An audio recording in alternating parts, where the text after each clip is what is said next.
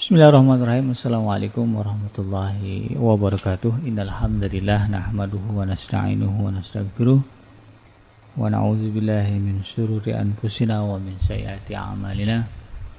May yahdihillahu fala mudilla lahu wa may yudlilhu fala hadiyalah. Asyhadu an la ilaha illallah wahdahu la syarika lahu wa asyhadu anna Muhammadan abduhu wa rasuluhu la nabiyya ba'dah. Allahumma salli wa sallim ala hadha nabiyil karim wa ala alihi wa ashabihi wa man tabi'ahum bi ihsanin ila yaumiddin. Wa qala Allah ta'ala fi kitabihil karim ya ayyuhallazina amanu taqullaha haqqa tuqatih wa la tamutunna illa wa antum muslimun. Ya al-haq adkhilna mudkhala sidikin wa akhrijna mukhraja sidikin wa ja'alna min ladunka sultanan nasira. Ja'al haqq wa zahaqal batil innal batila kana zahuqa. Ya alim Allahumma alimna ma yanfa'una wa anfa'na bima 'allamtana wa zidna ilma wa arana al-haqqa haqqa warzuqna ittiba'ah wa arana al-batila batila warzuqna ijtinabah. Rabbi israh li sadri wa yassir li amri wahlul 'uqdatam min lisani yafqahu qawli. Rabbana innana amanna faghfir lana dzunubana wa qina adzabannar. Amma ba'd. Alhamdulillah, segala puji dan syukur adalah milik Allah, Tuhan semesta alam yang telah menciptakan kita.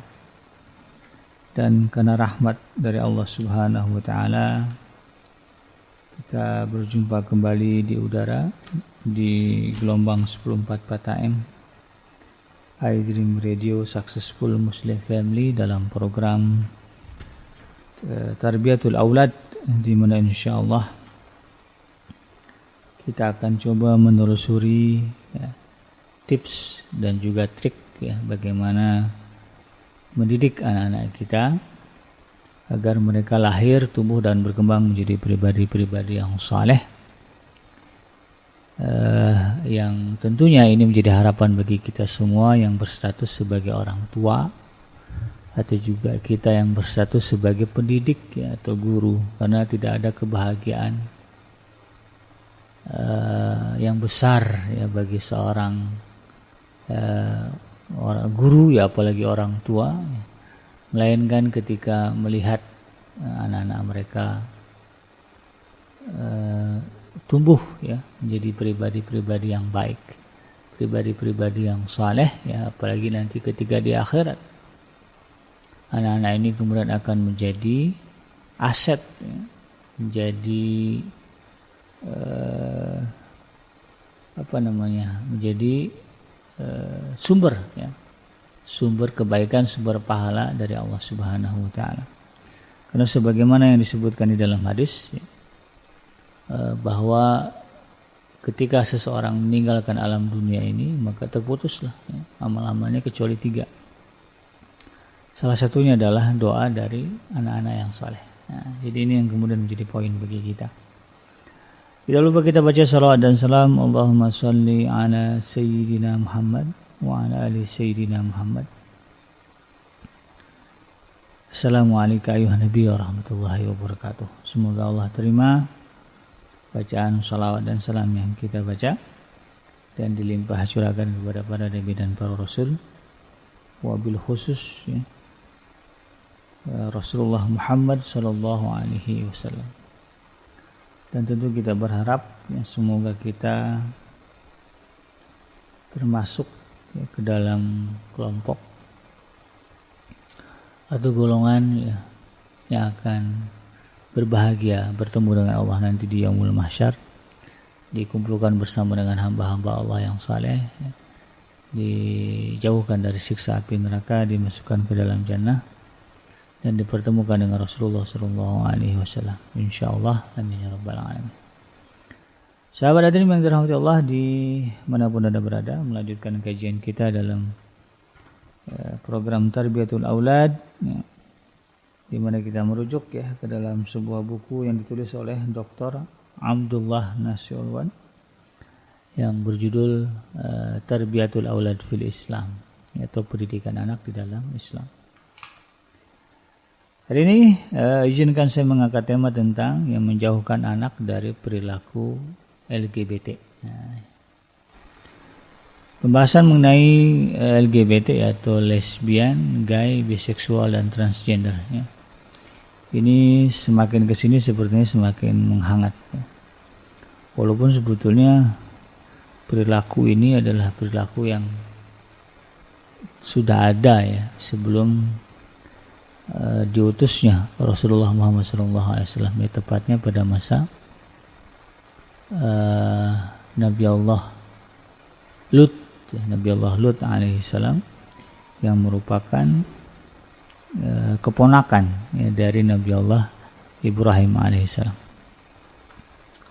Jadi kalau dihitung urutan waktunya ya cukup lama ya. Karena Nabi Ibrahim itu disebut sebagai Abul Anbiya, bapaknya para nabi. Jadi dari Nabi Muhammad ke Nabi Ibrahim itu ya, telah berlalu sekian nabi. Ya. Jadi pada masa Nabi Allah Ibrahim alaihissalam terdapat satu kaum yang memiliki ya, atau melakukan ya, penyimpangan seksual, ya. Melakukan penyimpangan seksual, dan kabar tentang perilaku penyimpangan seksual itu sampai ke telinga Nabi Allah Ibrahim alaihissalam dan juga keponakannya yaitu Nabi Allah Lut ya, alaihissalam. Maka kemudian Nabi Allah Lut alaihissalam meminta restu kepada Nabi Allah Ibrahim alaihissalam untuk pergi ya, menuju ke kampung tersebut ya, menuju ke pemukiman penduduk itu untuk ya, mengembalikan, menyadarkan mereka agar tidak melakukan perbuatan keji tersebut. Nah, inilah yang kemudian menjadi dalil ya, haramnya perilaku ini ya, dan ini disebut sebagai penyimpangan itu kan, walaupun teori ilmiah dari seksologi ya menyebutkan itu bukan penyimpangan gitu ya.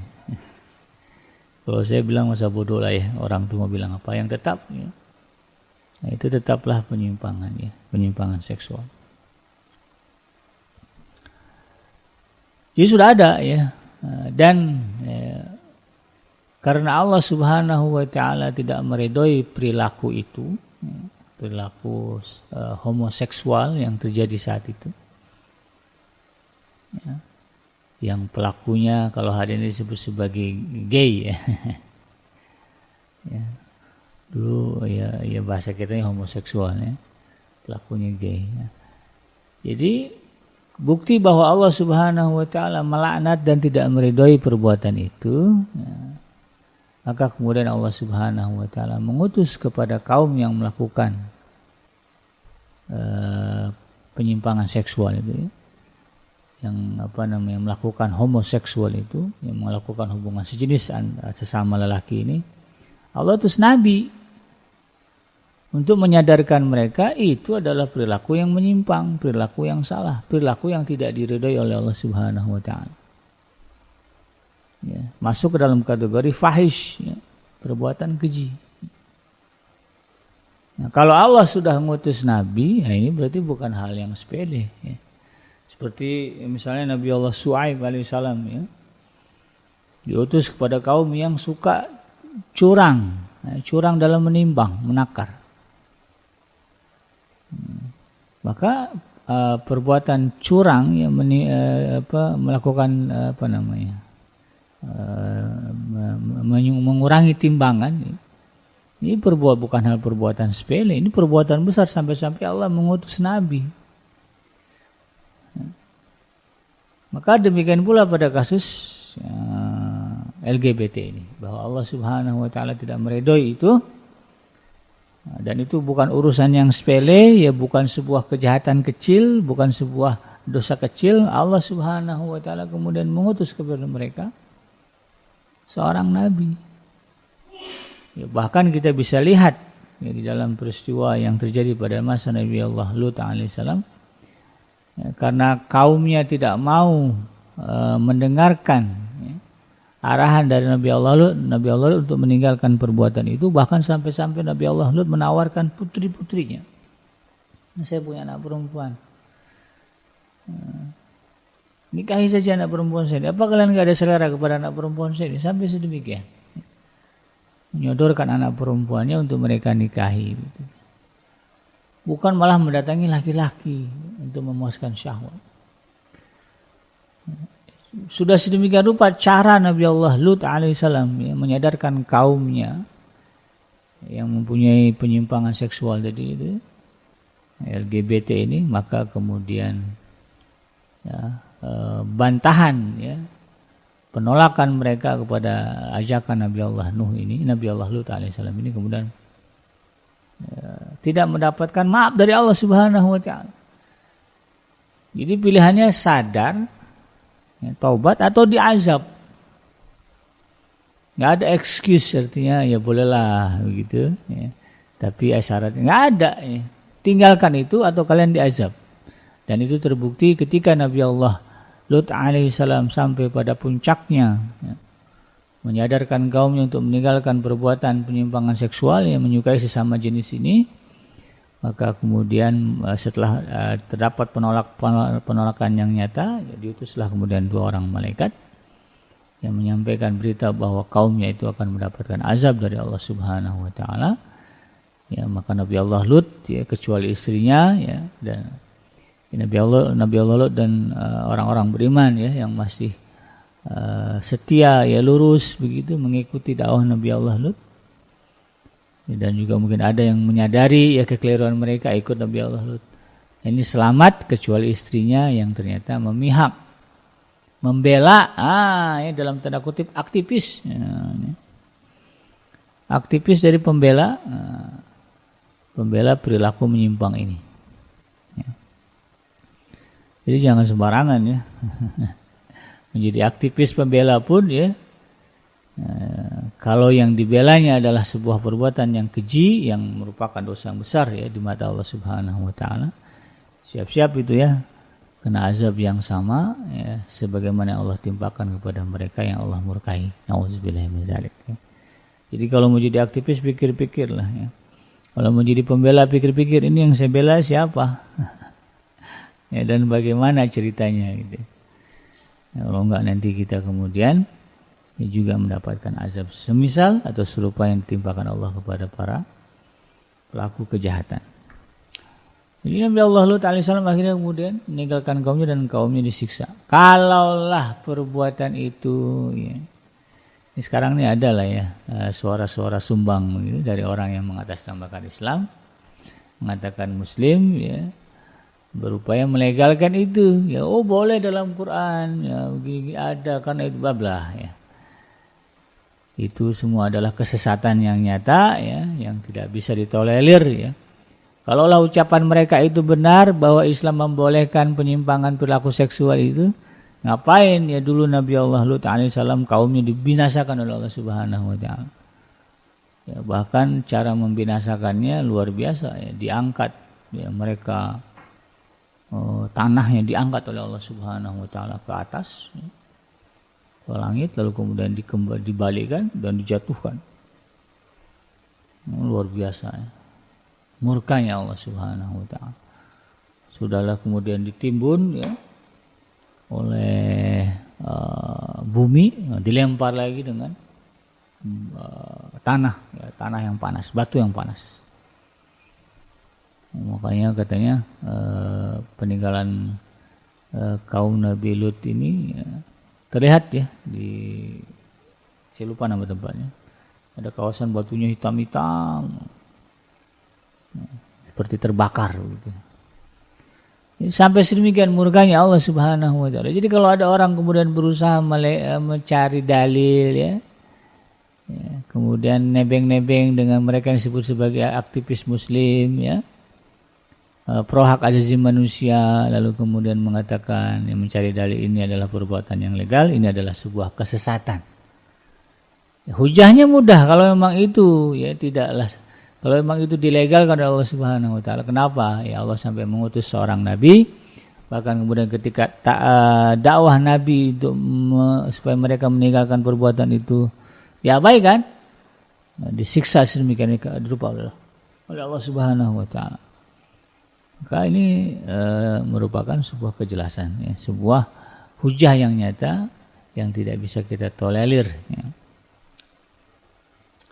Nah, sahabat hadirin yang dirahmati Allah, oleh karena itu kemudian di tengah gempuran ya adanya upaya dari terutama ini United Nations ya badan PBB ya yang berusaha ya bahkan ini dia dikomandai langsung ya oleh Amerika untuk kemudian ya mengkampanyekan ya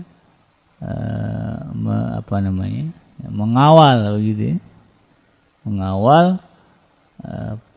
keselamatan gitu ya, para pelaku LGBT. Dan kemarin sempat ramai juga isu ini ya, utusan PBB utusan Amerika ya terkait dengan aktivis dari LGBT ini akan datang ke Indonesia kemudian ditolak ya oleh Majelis Ulama Indonesia dan juga elemen-elemen masyarakat di tanah air. Jadi di tengah doktrin kemudian juga kampanye ya bahkan Piala Dunia kemarin ya yang baru saja selesai alhamdulillah ya negara Qatar berjuang di atas nama negara Islam ya, untuk kemudian menyatakan ya tegak berdiri bahwa perilaku LGBT adalah penyimpangan. Mereka yang terlibat di dalamnya tidak berhak untuk menunjukkan ya, perilaku itu di Qatar. Ya, dengan segala resiko, ya Qatar menghadapi itu. Ya, ini menjadi catatan bagi kita. Ya alhamdulillah ya negara Islam masih punya gigi, gitu ya. Mudah-mudahan Indonesia juga begitu ya terkait dengan ini. Oleh karena itu kemudian ya, kita berupaya untuk kemudian menyadarkan anak-anak kita. Menanamkan kesadaran dalam diri anak kita. Jangan sampai kamu terpengaruh ya oleh propaganda, kampanye baik yang nyata maupun terselubung yang kemudian ya menggiring opini bahwa ya perilaku LGBT itu bukan penyimpangan dan merupakan sesuatu yang legal. Nah, ini tidak boleh. Tanamkan kepada mereka kesadaran bahwa itu adalah sesuatu yang tidak benar. LGBT adalah penyimpangan dan itu adalah perbuatan keji yang dilarang oleh agama, ya hukumnya haram. Nah, itu kita tanamkan. Dan itu kemudian kita juga orang tua punya kewajiban untuk menggiring anak-anak kita, ya, untuk mendidik anak-anak kita, ya, agar mereka tidak menjadi bagian dari perilaku, ya, pelaku, ya, atau bagian dari aktivis, ya, dari penyimpangan ini. Ya. Ya, bahasa mudahnya jangan sampai anak-anak kita kemudian menjadi laki-laki yang homoseksual, perempuan yang lesbian, ya. Atau kemudian memutuskan untuk menukar jenis kelaminnya ya, yang telah Allah berikan kepada mereka. Ya. Karena ada kasusnya begitu ya, karena merasa bukan laki-laki begitu, padahal jelas ya ada kelamin laki-laki yang Allah berikan. Dibuang kelaminnya yang laki-lakinya gitu, dibuang penisnya begitu ya, diganti dengan vagina buatan begitu ya, sehingga jadi perempuan begitu. Ini adalah perilaku yang tidak benar. Kalau memang ragu saya ini laki atau perempuan, cek aja medis ya, pergilah ke dokter, nanti cek, dokter akan mengecek hormonnya kayak gimana, karena hormon laki dan perempuan itu beda ya. Kemudian nanti ya, memang ada ya anomali ya, anak-anak yang lahir dengan dua kelamin ya, ada kelamin perempuannya, ada kelamin lelakinya, tapi itu kan masalah medis ya. Dan itu bukan hal yang kemudian menyimpang gitu, karena pada akhirnya nanti akan ada kecenderungan kemana ya, ke kelamin lelakinya atau ke kelamin perempuannya, sehingga ada kasus-kasus pengadilan memutuskan untuk merubah jenis kelamin seseorang di KTP-nya ya. Ada ya beberapa kasus, baik yang dari laki-laki ke perempuan atau yang dari perempuan ke laki-laki. Nah itu alami ya. Tadinya sekian tahun ya berpakaian perempuan karena merasa perempuan, tetapi lama-lama kemudian kok kayaknya saya lebih cenderung ke laki-laki, cek medis juga ternyata ini laki-laki begitu kan. Akhirnya kemudian di KTP diganti jadi laki-laki. Ini bukan penyimpangan, ini normal gitu kan. Yang penyimpangan itu tadi ya sudah jelas ya, tidak ada keraguan dalam dirinya bahwa dia adalah laki-laki secara fisik, ya. Hanya merasa jiwanya aja kemayu begitu, mirip-mirip perempuan, lalu kemudian memutuskan untuk menjadi perempuan, ya, dengan melakukan itu tadi, ya, penyimpangan menyukai sesama lelaki, bahkan kemudian mengoperasi, ya, alat kelamin dan sebagainya. Ini adalah perbuatan yang tercela, tidak boleh, ya, hukumnya haram. Dan ini kemudian kita tanamkan kepada anak-anak kita. Dan tentu juga orang tua harus punya strategi dan cara bagaimana supaya anak-anak ini kemudian tidak terjebak, ya, ke dalam perilaku penyimpangan LGBT ini. Disebutkan di dalam Sahihain, ya, bahwa Sa'id ibnul Musayyib berkata, satu ketika Muawiyah, ya, radhiyallahu anhu datang ke Madinah dan berkhutbah kepada kami. Ia kemudian mengeluarkan sebuah kubbah. Kubbah itu adalah rambut yang disambung, ya. Kalau mungkin kita sekarang sanggul, ya. Kemudian dipakai oleh kaum lelaki atau kaum perempuan, ya, di zaman itu, atau wig, ya, kalau sekarang. Dia mengeluarkan sebuah kubbah, ya, dari rambut asli, lalu kemudian dia berkata, aku belum pernah melihat seseorang yang melakukannya kecuali orang Yahudi. Nah, ini kata Sayyidina Muawiyah. Dia mengatakan kebiasaan memakai wig itu, ya, atau menyambung rambut itu tidak pernah dilihat oleh beliau dalam tradisi orang-orang Islam, ya, tetapi pernah beliau lihat itu adalah tradisi dan kebiasaan orang-orang Yahudi. Lalu kemudian beliau mengatakan sesungguhnya Rasulullah SAW telah menyampaikan hukumannya dan menamakannya dengan zur, ya, atau tipuan. Nah, di dalam lafaz Imam Muslim, ya, bahwa Muawiyah radhiyallahu anhu satu ketika ia berkata, sesungguhnya kalian telah menciptakan model pakaian yang buruk, dan sesungguhnya Nabi SAW telah melarang perbuatan zur. Nah, jadi bukan rambut dia, tetapi kemudian seolah-olah rambut dia, itu kan menipu, ya. Jadi Sayyidina Muawiyah menjelaskan, ya, kepada kaum muslimin, Rasulullah SAW melarang, ya, perbuatan menyerupai tadi, ya, menyerupai. Diriwayatkan oleh Imam Al-Bukhari dan juga Imam Abu Dawud dan At-Tirmizi dari Ibnu Abbas radhiyallahu anhuma bahwa Rasulullah sallallahu alaihi wasallam pernah bersabda,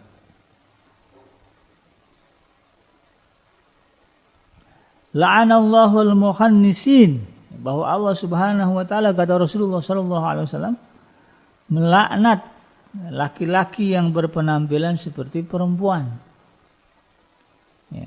La'anallahu al-mukhannisina minar rijal wal mutarajjilati minan nisa. Ya.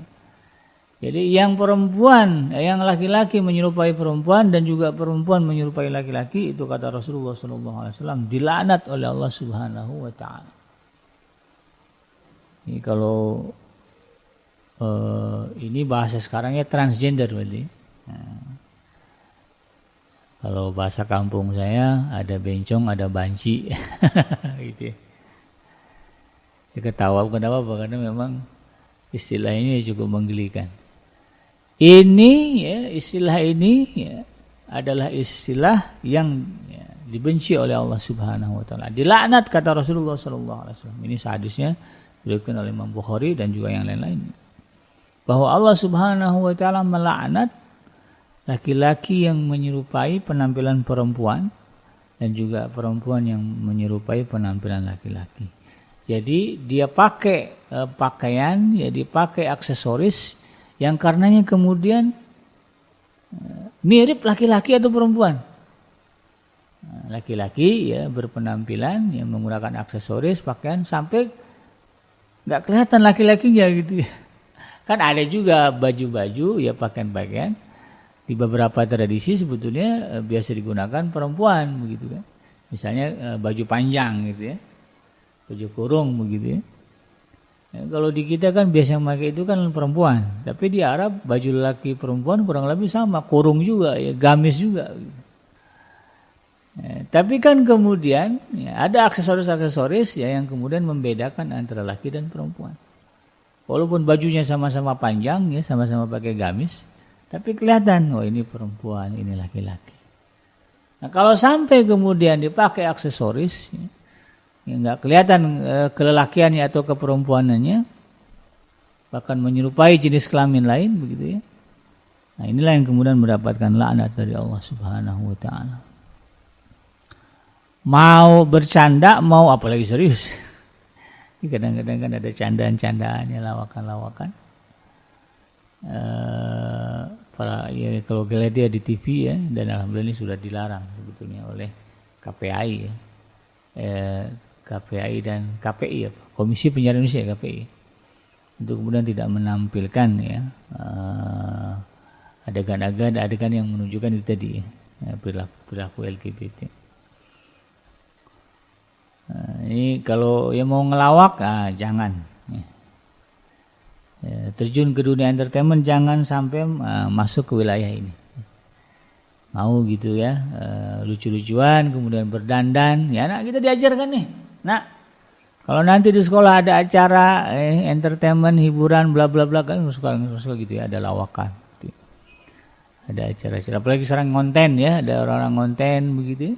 Bikin konten di YouTube, ya, apalagi tujuannya cuma mendapatkan uang, lalu kemudian rela mendapatkan laknat dari Allah Subhanahu wa taala dengan itu tadi, berdandan ala perempuan ya, atau berdandan ala laki, padahal ya, jenis kelaminnya ya, berbeda.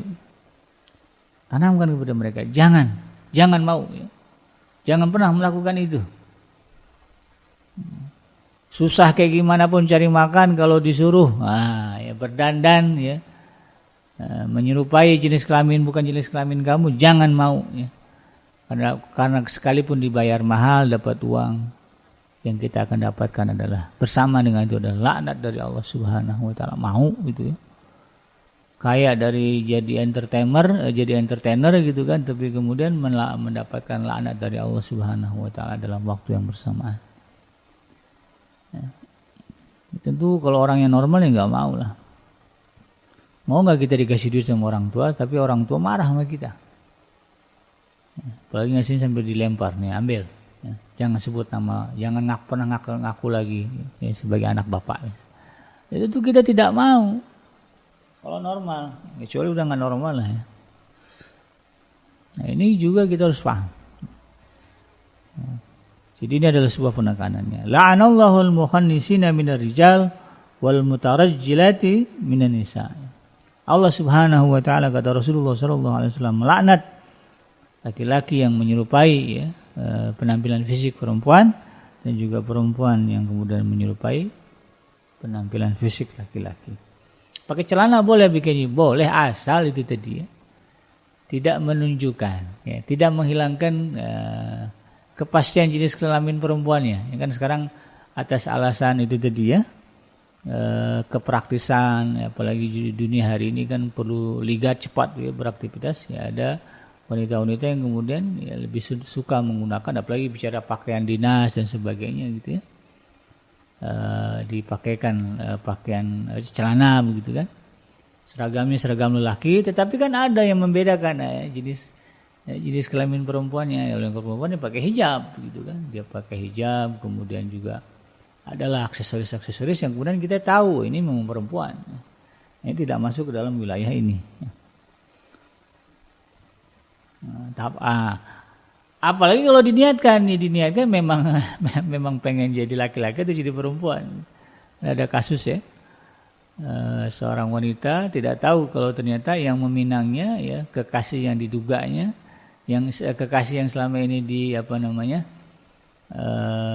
dicintainya ternyata ada sejenis sama perempuan. Baru ketahuan setelah akad nikah, orang tua si perempuan penasaran, punya cek ternyata ditipu ya. Ini yang kemudian kita harus paham.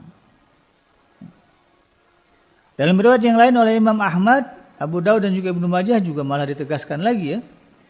Rasulullah SAW mengatakan, la'anallahul mutasyabbihati minan nisa'i birrijal wal mutasyabbihina minar rijal binisa. Kurang lebih sama maknanya. Kalau tadi ya, lelaki ke perempuan-perempuanan, perempuan ke lelakian.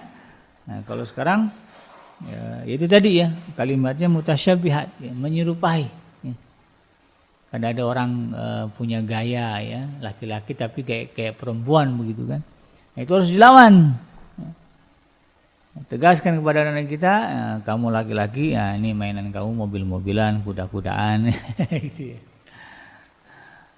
Ini kamu perempuan mainnya boneka-bonekaan, masak-masakan, gitu ya. Jadi diarahkan supaya kemudian mereka tahu, oh saya laki-laki. Ya. Laki-laki punya ciri sosialnya. Ya. Yang jelas itu tadi ya, bahwa gaya bicara perempuan berbeda dengan gaya bicara laki-laki.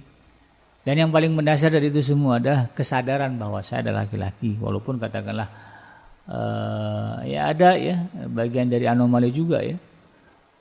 Perempuan tetapi kemudian mukanya mirip laki-laki, suara mirip laki-laki, tapi dia sadar saya perempuan. Ini nggak ada masalah. Atau ada perempuan begitu kan ya. Suaranya laki-laki, suaranya mirip perempuan begitu kan. Mukanya halus mirip perempuan, tapi dia sadar saya laki-laki. Ya, ada kasus seperti ini.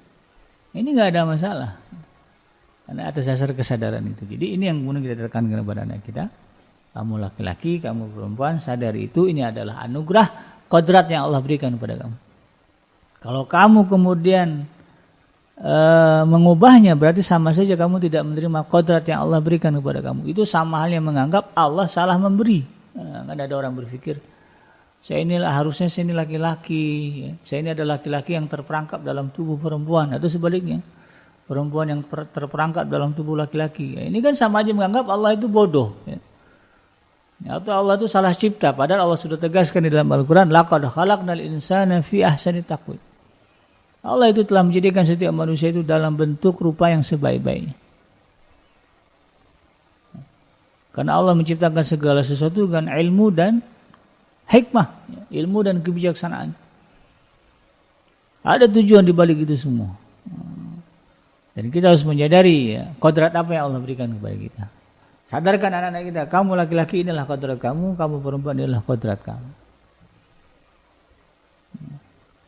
Ada yang laki-laki tidak bisa lakukan, dan sebaliknya yang perempuan juga tidak bisa lakukan.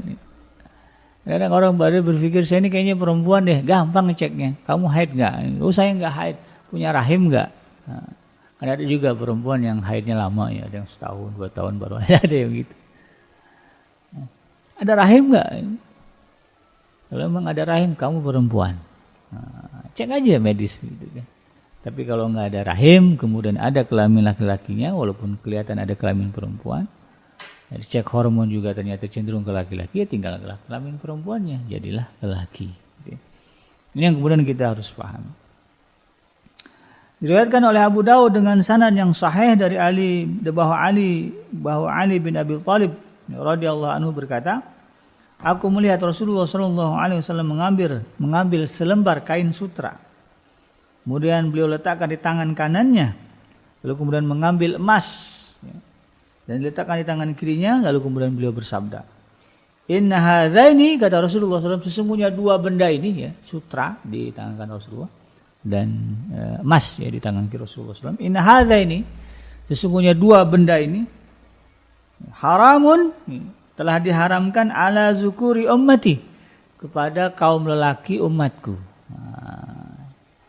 Jadi Rasulullah SAW sudah menegaskan yang namanya sutra dan yang namanya emas sudah diharamkan oleh Allah Subhanahu Wa Taala atas umat Rasulullah SAW. Nah, kalau sudah diharamkan, nah ini harusnya yang perempuan seneng ya. Karena laki-laki nggak boleh pakai sutra gitu kan, nggak boleh pakai emas.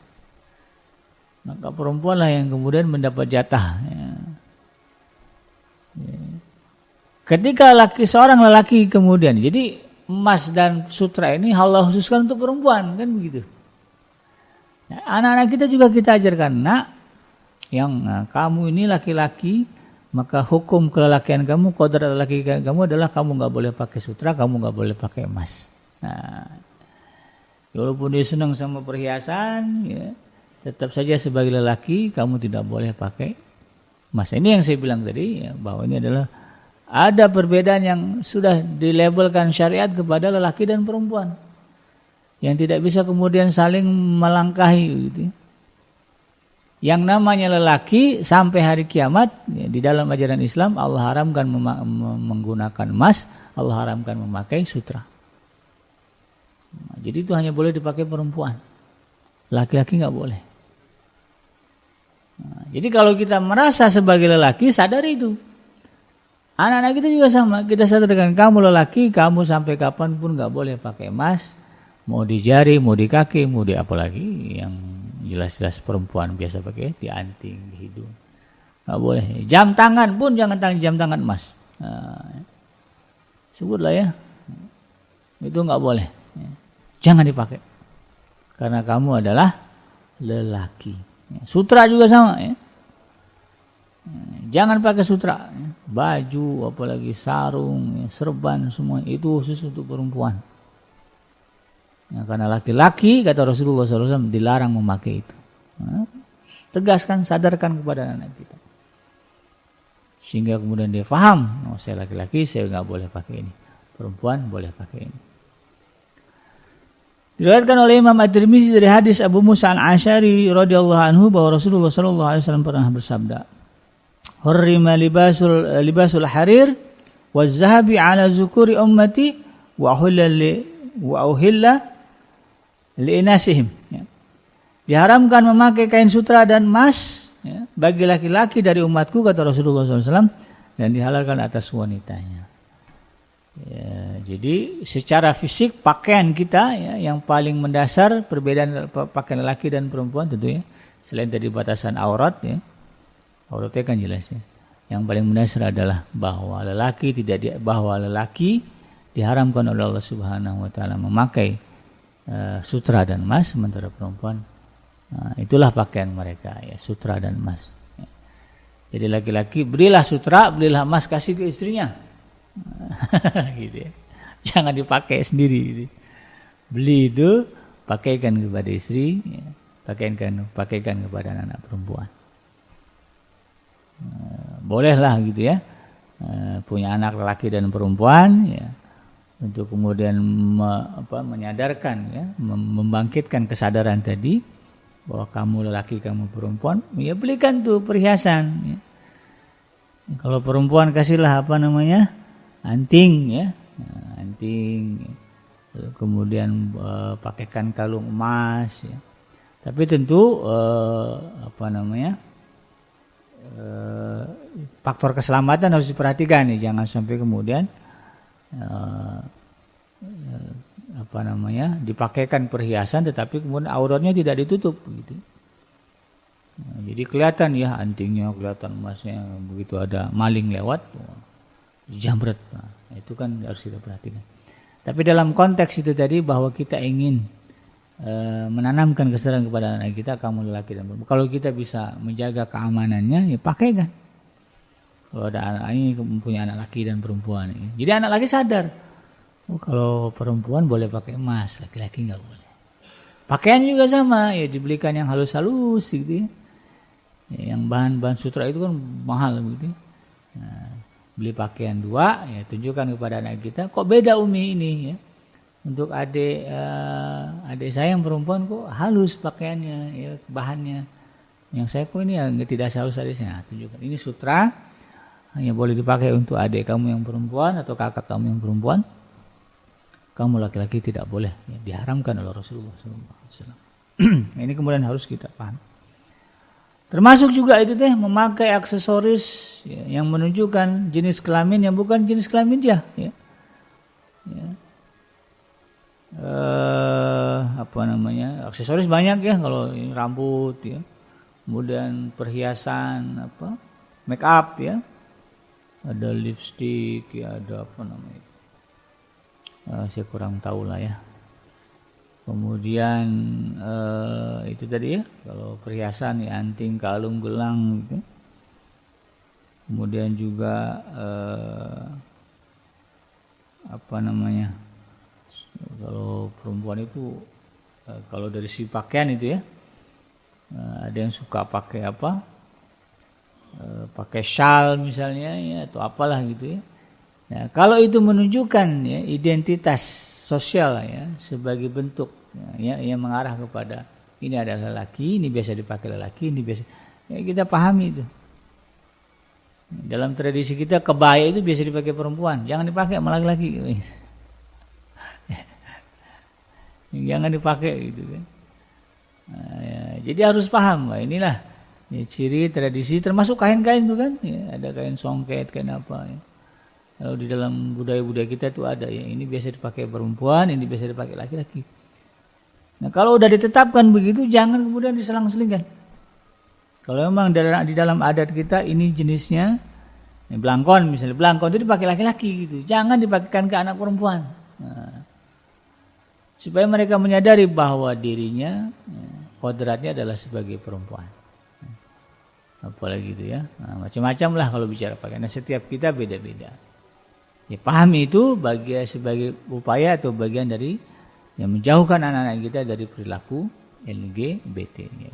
Kadang-kadang ya karena orang tua tidak sadar bahayanya itu ya, tidak sadar akan adanya larangan ini, lalu kemudian disamain aja pakaian lelaki dan perempuan, ya akhirnya banyak anak-anak yang kemudian yang tadinya perempuan jadi kelelakian karena orang tuanya nggak pernah beliin rok.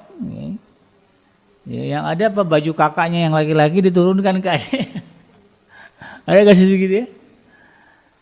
Ya, baju kakaknya laki-laki diturunkan ke adik yang perempuan. Ya. Kalau dimodifikasi nggak apa-apalah gitu kan, misalnya baju kakaknya gitu kan, dimodif jadi perempuan ya bagus, jadi kayak baju perempuan. Atau celana bekas kakaknya dimodif gitu kan, biar jadi mirip ini perempuan. Itu nggak apa-apa. Ya, kadang-kadang begitu aja. Sehingga kemudian ada anak-anak yang kemudian merasa karena biasa didandani atau biasa menggunakan aksesoris yang biasa dipakai oleh lelaki, maka kemudian lama-lama ya lambat laun kemudian tidak menyadari jati dirinya, kodratnya sebagai perempuan. Dan pada akhirnya kemudian dia merasa saya adalah lelaki. Nah, ini yang bahaya. Awalnya dari mana? Awalnya dari ketidaksadaran para orang tua. Ini yang kemudian kita upayakan ya. Jangan sampai kemudian kita menyesal ya, tahu-tahu anak kita karena dia tidak paham ini, begitu dia kuliah, begitu ya, ngekos di mana kita nggak tahu, dapat pengaruh tidak baik, pulang-pulang sudah ngelambai, sudah ngondek, gitu.